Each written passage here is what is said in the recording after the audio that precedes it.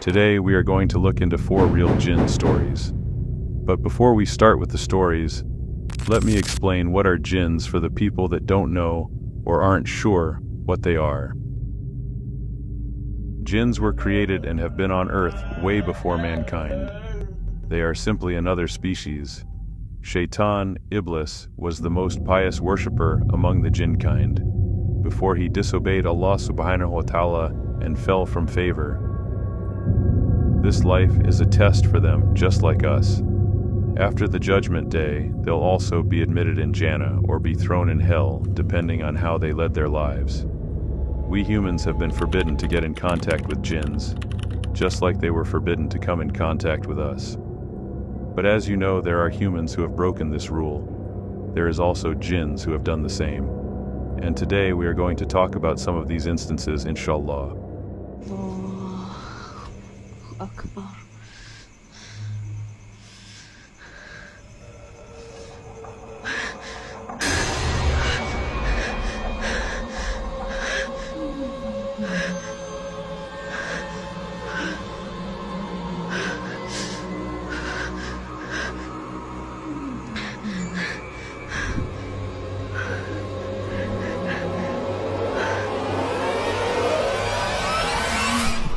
The first jinn story involves our brother Gabriel al-Rahmani. He is actually a revert who has shared his story to Islam, which I would recommend for you to watch. Let's now hear his story. Was in Ramadan, which is weird. Because usually people think, that's it, they lower their guard. They say Ramadan, khalas, all the shayateen. But the Prophet said, Ma'arad, the bad ones, the big ones are tied. The evil ones. There's other ones who are around. Maybe it's not that evil. And it's always the same one. This one was weird. Oh, I don't know. But I'm sure 100% I'm responsible for what I say. And I was sleeping. Woke up, went to the masjid, prayed Fajr, came back, and I was tired. And I said, okay, let me lay down for a little bit. Laid down. And I was like sitting. Literally, I didn't fall asleep. I was laying down. And I saw something coming in the room, you know, and it moved so fast. And bro, it's like, I don't know how it grabbed me from the feet and from the head, and it bent me, like literally. And weird thing is that I grabbed with my hand as I was screaming. But I grabbed its hair, man. Like I felt the hair. It was weird because ideally, I mean, theoretically, you probably wouldn't be able to. Yeah, but I grabbed his hair and pulled as I was reciting, but I screamed because it almost broke my back. And I felt the pain and my muscles like for days, bro. It's like, you know, like I was suffering from that pain. I got shivers, boy. It was the worst experience because it was so painful, Akhi. Like I suffered physically, and I'm strong, you know, like I'm big, but it just like went like a effortless, like you're a doll. Yeah, and I thought he was gonna break me in two.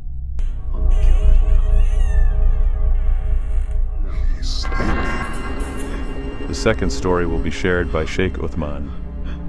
It was during a stream with Sneeko in which Sheikh Uthman was asked to share a jinn story. He was a little bit hesitant, but agreed at the end.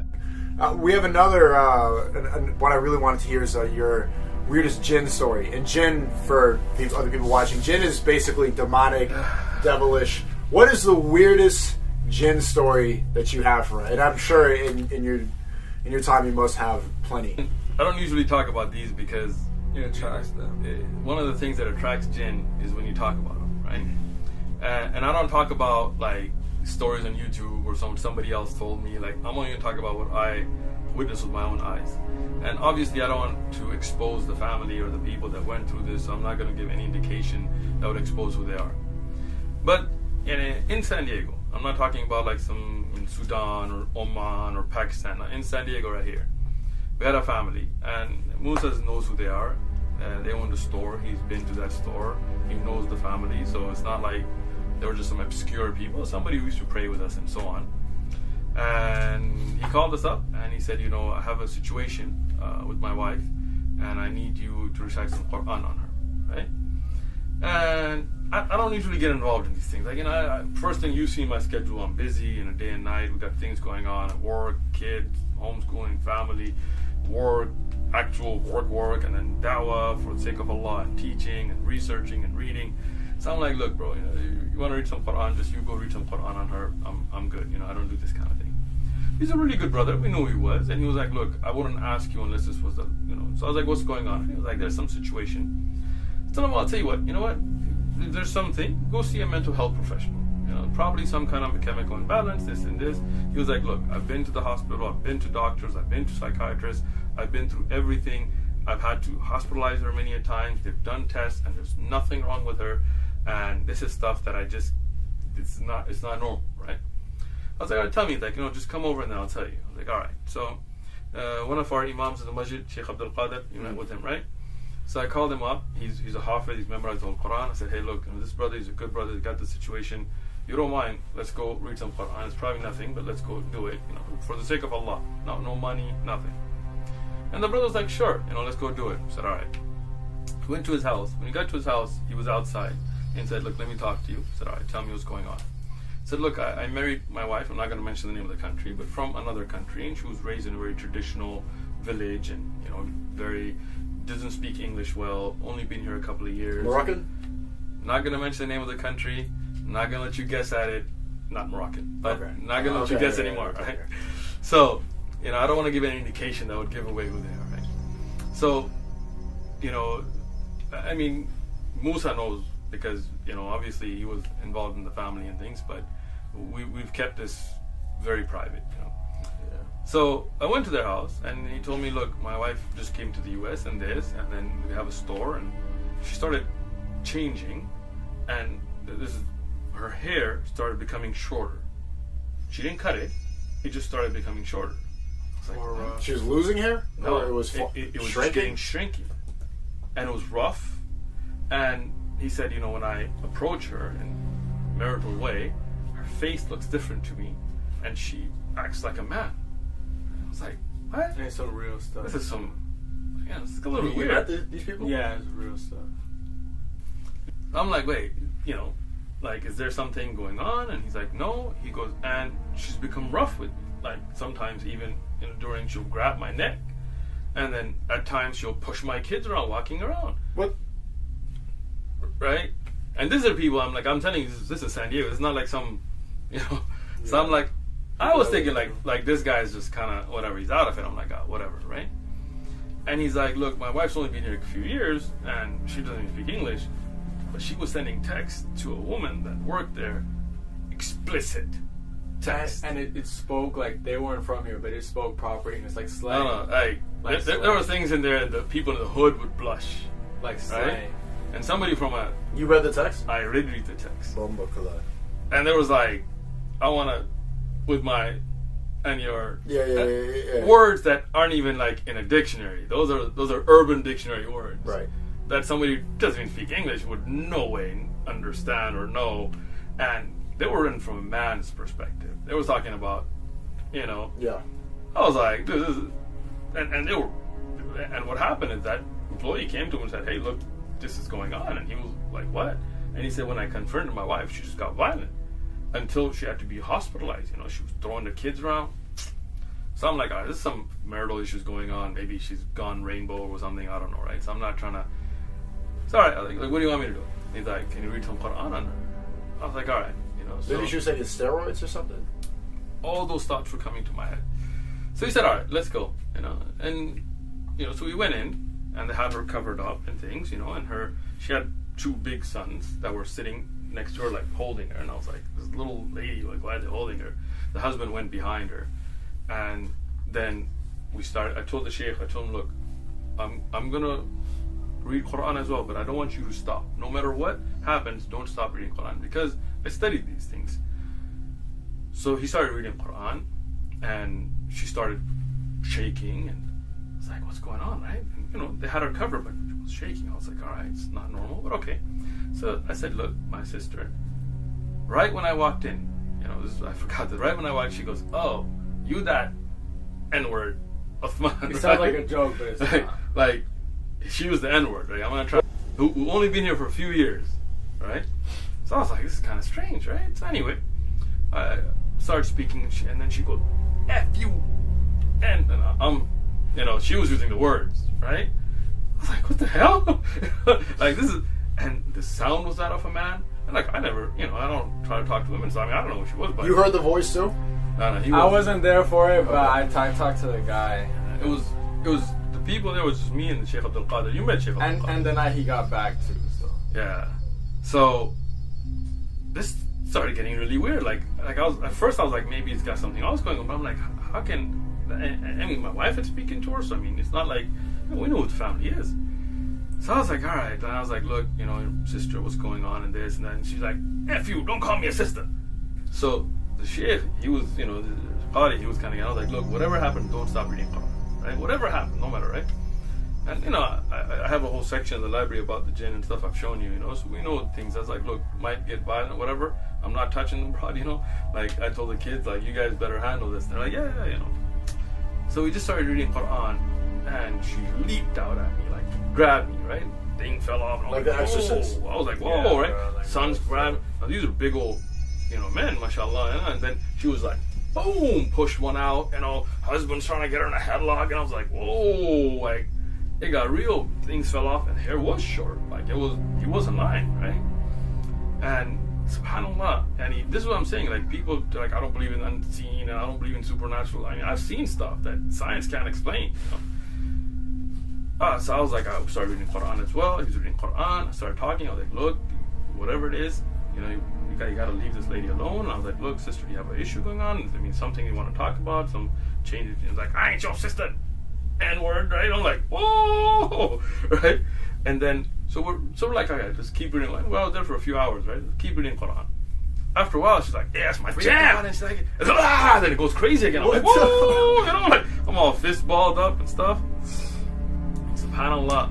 Like, I'm telling you, there's things people don't realize, So, in the end, the Sheikh kept reading Quran, I kept speaking, I speaking in Quran, making dhikr on, and then told her, look, whoever it is, then started speaking to me as a man. She's like, look, I'm a guy, I liked her, I answered her, and now I like the other one, and this is my thing, and like straight like a dude, I was like, look, you gotta leave the sister alone, like you can't be doing this as a family, as kids. So, 2.5 hours about into it, reading Quran, and like I said, I mean, I'll take you to the store if you want, right, and after that, just started getting violent, throwing stuff, crazy, all this. Then she just collapsed, just fell.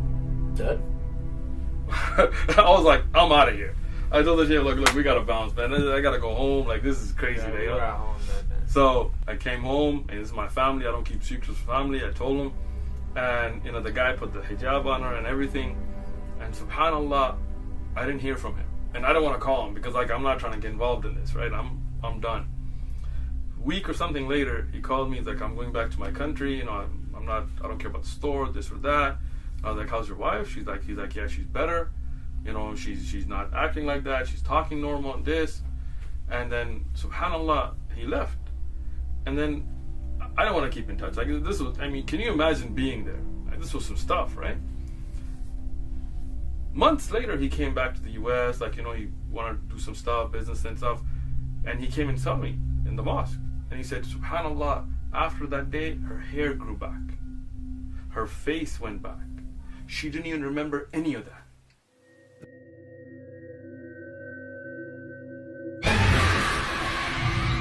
The third jinn story involves a woman called Nora Takaka. She was a singer that performed in weddings. But this one wedding was different from the others. Let's hear her story from her words. My name is Nora, and 25 years ago, I used to be one of the most famous singers of weddings in my country. I was called all the time by the most wealthiest families to sing in their wedding. I became very rich, and my fame rose. Until one day, it was our week off with my team, but suddenly the phone rang and I picked up. It was a woman who had a strange voice. She asked me to come sing in the wedding of her daughter the same night. I was about to refuse because it was my week off, but she said, I will pay double the price you ask. And seeing the huge amount of money I was going to make, I immediately accepted. Therefore, she gave me the address and hung up. I called all my team to convince them. They also wanted to rest, so they first hesitated. But after hearing about the amount of money we would make, they also accepted, and we took the car and left at night. During the whole trip, I felt a strange feeling in my heart, but I didn't say anything, and the address was very strange. It seemed to be in the middle of nowhere, so we found it hard to find our way, but we finally managed to get there. But once we arrived, we saw so many people outside. The music was loud, and the house was huge. We got out and entered the house. The people in there were dressed in a strange way, and the woman who spoke to me on the phone came to receive me, and I recognized her voice right away. She welcomed us.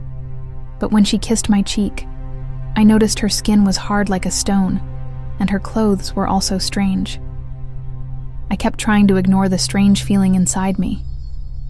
She then showed us to our room where we could change and rest and prepare to perform. We got ready and went to perform, and once I started to sing more and more, people came. They started to dance in such a strange way that fear took over me, but I didn't let it show. I kept signing and my team kept performing until one of the girls of my team fainted and fell to the ground. And when I was about to ask what happened, a male from my team was staring in a shock. That's when I followed the direction of his gaze, and I saw the people who were dancing. They started to jump, and their feet were not human feet. They were animal goat feet, and I started to shake. I knew that if we showed our fear, they would not let us go, so I kept strong and told my team to act normal. I told them to keep going if we wanted to leave this place. So despite their fear, they all agreed, knowing it was the only choice we had. Upon noticing the girl of my team who fainted, one of them came to me and asked, "What happened?" I tried to contain my fear whilst looking at her. Staring into her eyes, I answered, "Nothing, it's just the fatigue. She just needs to rest a little." And we went to our resting room and carried the girl. Once in the resting room, the girl from my team woke up finally and screamed. She said, "Have you seen their feet? What are they?" And I told everyone. I saw what you all saw, but we must keep performing normally if we want to get out of here fastly. So don't show anything, no matter what you see. I think we came to the wedding of the jinns, and Fajr Adan is after 2 hours. So let's hold on until then. And they all agreed. We got back to the stage and we performed. I was doing my best to sing normally, and we performed song after song until they started to act crazy, doing weird dances and noises, and when they jumped again, their feet were the same scary goat feet. One of my team members screamed from fear and they all turned to look at us, and I froze. I called Allah and asked him to save me, and if he did, I would never sing again. And right away I heard the most beautiful thing ever, Fajr Adan. And suddenly lights were off and everybody disappeared, so with my team we gathered our belongings and ran. I should have known what they were the moment. I arrived there and saw the strange house and strange people surrounding it. I should have trusted my feeling. Or when the woman who kissed my cheek, her face was hard as a stone, which is not human at all. Or when they were attracted to music and a voice whispered in my ears, "Continue, I love your music. Don't stop singing."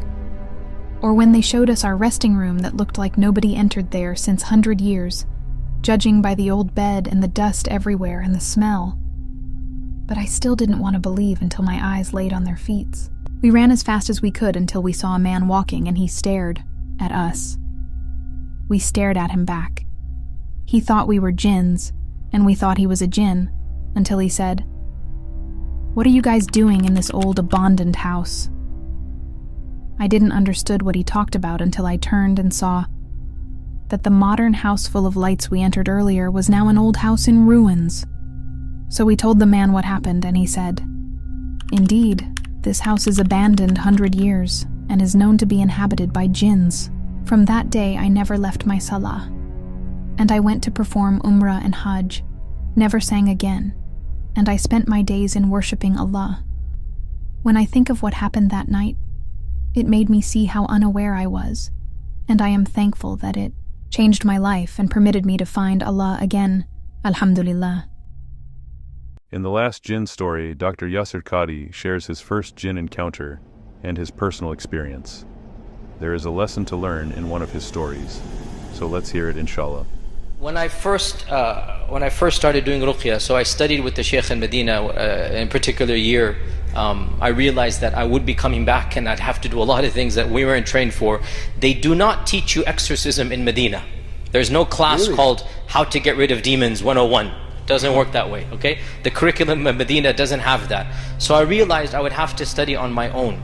So I found a Shaykh in Medina that did ruqya, and I trained with him one-on-one for a while. And learn some techniques and some, adab and whatnot, and different, because the sheikhs know there are certain ayat that are more powerful. There are certain experiences, the cumulative experiences that raqis have done. So I studied a little bit, and I'll tell you my first ruqya ever, the first one, which terrified me immensely, but in hindsight it was actually pretty straightforward compared to what I would see later on. The first ruqya I ever did, I was still a graduate student in Medina, still in Medina. There was a brand new convert that had come to study in Medina, like a literally fresh convert, like a month or two. Brand new, completely jahil about fiqh, hadith. He doesn't know anything. He just converted, and connections, wasta applied to Medina, he got in.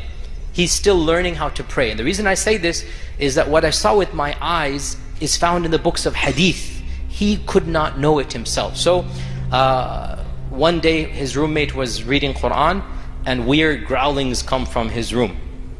And they come in and they find him writhing, and like clearly he's like possessed and whatnot. And so his roommates start reading Quran over him. And one of them was a friend of mine, and he knows that I'm studying with the Shaykh. So I get a phone call in my apartment. It's like, Shaykh, you gotta come over. You gotta come over quickly. There's somebody that we need you for. It's a ruqya session, whatnot. And of course, I'm just a graduate student. I'm excited. Okay, and I'm taking a class with the Shaykh. I'm like, yeah, I can handle this. Don't worry. I know. I've studied.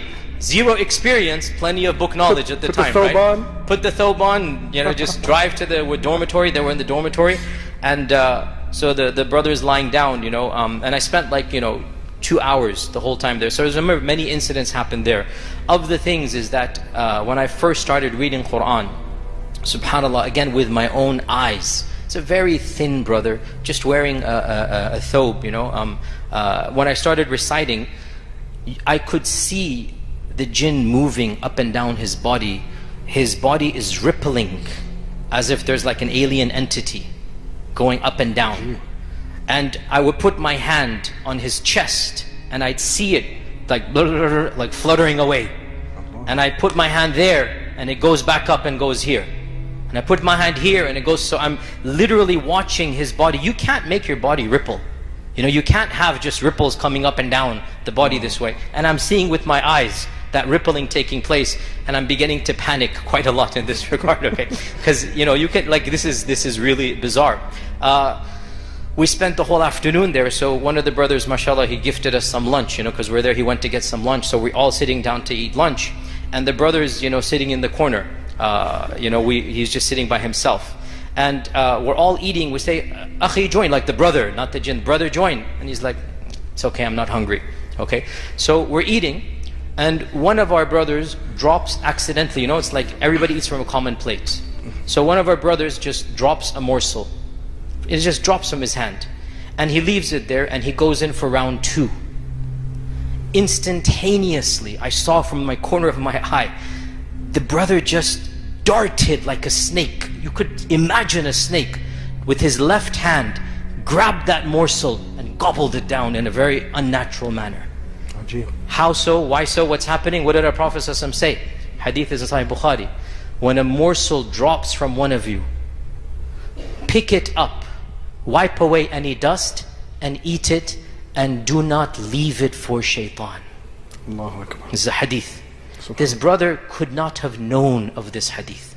The reason why the brother could not eat our food is we all said Bismillah.